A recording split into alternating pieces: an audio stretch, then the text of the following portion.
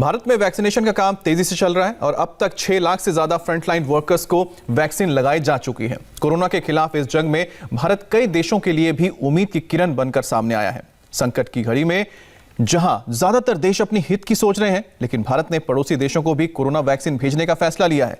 Vaccine मैत्री के तहत आज से भारत अपने पड़ोसी देशों को वैक्सीन भेजना शुरू कर रहा है। पहली खेप मालदीव भेजी जा रही है।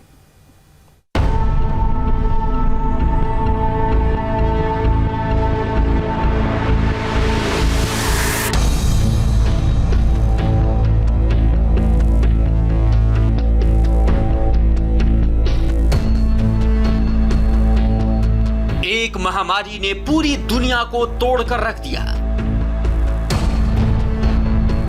इस वायरस से खुद को बचाने के लिए संसाधनों पर हजारों करोड़ों की रकम खर्च हो रही है। छोटे छोटे देश मदद के लिए बड़े बड़े मुल्क और विश्व स्वास्थ्य संगठन की ओर उम्मीद से देख रहे हैं। ऐसे वक्त में भारत एक बार फिर कई देशों के लिए उम्मीद की किरण बनकर उभरा है। संकट की इस घड़ी में बड़े बड़े मुल्क अपना नफा नुकसान देख रहे हैं, लेकिन भारत अपने पड़ोसियों को वायरस से लड़ने के लिए संजीवनी यानी वैक्सीन भेज रहा है। मुश्किल घड़ी में भारत आज से पड़ोसी धर्म निभाने जा रहा है। 6 देशों को भारत वैक्सीन की डोज गिफ्ट के तौर पर देगा। 45 लाख वैक्सीन भारत पड़ोसी देशों में भेजने वाला है। चीन के बढ़ते प्रभुत्व के बीच आज से भारत की वैक्सीन डिप्लोमेसी की शुरुआत होने वाली है, और वो भी उन देशों के बीच जिनके लिए चीन अपना बाजार खोलना चाहता था। हम आपको इस नक्शे के जरिए समझाते हैं कि भारत अपने किन किन पड़ोसी देशों को वैक्सीन भिजवा रहा है।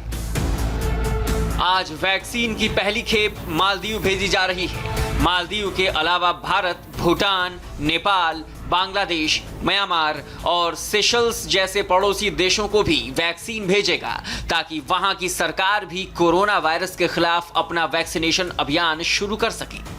वैक्सीन भेजने की प्रक्रिया को प्रधानमंत्री नरेंद्र मोदी ने वैक्सीन मैत्री का नाम देते हुए ट्वीट किया है। वैश्विक समुदाय की स्वास्थ्य संबंधी जरूरतों को पूरा करने के लिए एक लंबे समय तक भरोसेमंद साझेदार रहने पर भारत सम्मानित महसूस करता है। कई देशों को कोविड वैक्सीन की सप्लाई शुरू हो जाएगी। आने वाले दिनों में इसे और ज्यादा देशों को भेजा जाएगा। महामारी के दौरान भी भारत ने दुनिया के कई देशों को दवाइयां और दूसरे मेडिकल इक्विपमेंट्स की मदद की थी। भारत उन गिने चुने देशों में है जिसने मुश्किल के बावजूद दुनिया के 150 से ज्यादा देशों में जरूरी दवाएं और जरूरी मेडिकल सहायता पहुंचाई। पैरासीटामोल हो, हाइड्रोक्सी क्लोरोक्विन हो, टेस्टिंग से जुड़ा सामान हो, भारत ने दूसरे देश के लोगों को भी बचाने की हर संभव कोशिश की। आज जब हम अपनी वैक्सीन बना ली है, तब भी भारत की तरफ दुनिया आशा और उम्मीद की नजरों से देख रही है। वैसे तो भारत अपने 6 पड़ोसियों को आज से वैक्सीन की सप्लाई शुरू कर रहा है, लेकिन कई और पड़ोसी देश में भी भारत की वैक्सीन की डिमांड है। श्रीलंका, अफगानिस्तान और मॉरिशस को भी भारत में बनी वैक्सीन भेजी जानी है, लेकिन वहां की सरकारें अभी इसे मंजूरी देने की प्रक्रिया को पूरा कर रही हैं। मॉरिशस तो चीन और अमेरिका की कंपनियों के साथ डील की शुरुआत भी कर चुका था, लेकिन वहां की सरकार का भारत की वैक्सीन पर भरोसा बढ़ गया है। भारत की वैक्सीन डिप्लोमेसी में सबसे पहला नंबर मालदीव का है। मालदीव को कोविशील्ड की 1 लाख डोज भेजी जा रही है। बांग्लादेश को कोविशील्ड की 20 लाख डोज भेजी जा रही है।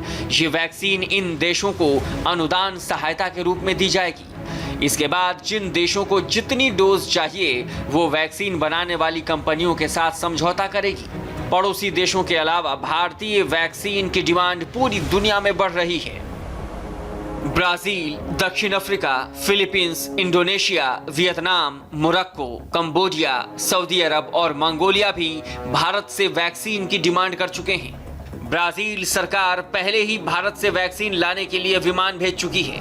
वहीं दक्षिण अफ्रीका को उम्मीद है कि उसे वैक्सीन की पहली खेप फरवरी के पहले हफ्ते तक मिल जाएगी।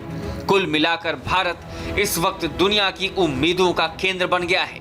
भारत में भी वैक्सीनेशन अब रफ्तार पकड़ने लगी है। मंगलवार को शाम 6 बजे तक 1,77,368 लोगों को टीका दिया गया।